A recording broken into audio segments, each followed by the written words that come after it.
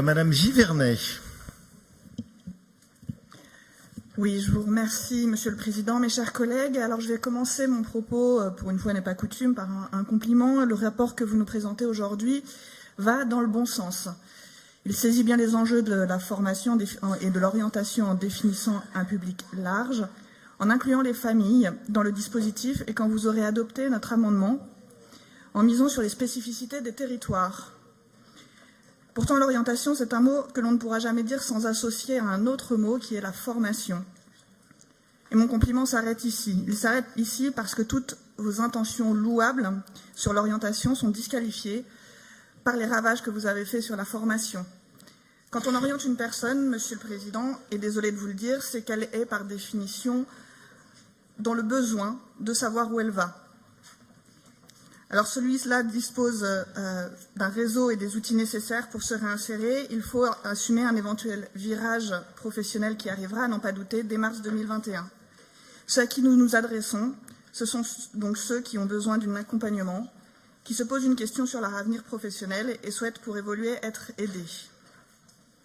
Celui qui sollicitera demain l'appui du service public pour être orienté, il faudra lui répondre. Et la réponse passera le plus souvent par de la formation. Orienter un travailleur, c'est identifier ses compétences et pour qu'il soit le plus à même de trouver un travail, on le formera. Malgré sa détermination, on a perdu ou n'a pas encore été trouvé dans les outils nécessaires à sa réinsertion. Là est notre tâche la plus noble, remettre sur le chemin de l'emploi ceux qui sont le plus souvent éloignés. Alors, Madame la Vice-Présidente, c'est à vous que je m'adresse. Comment avez-vous pu accepter sur la compétence régionale pour laquelle vous avez eu délégation, qu'elle soit amputée des crédits que je rappelle être en baisse de plus de 152 millions d'euros depuis le début du mandat. Ce qui fait bien sûr passer à côté de la région du plan investissement compétences dont on n'a plus parlé. Alors on vous entend dire que vous privilégiez la qualité des formations plutôt que la quantité.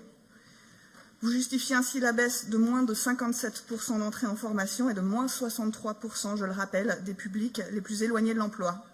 Et pourtant, quand on privilégie la qualité, c'est bien un budget constant. Or, il n'est pas là. Comment alors la région peut-elle dès lors réellement affirmer que par cette responsabilité, la région est pleinement aux côtés des habitants à chaque étape de leur parcours, puisque la région n'est pas aux côtés de la formation? Je vous remercie. Merci.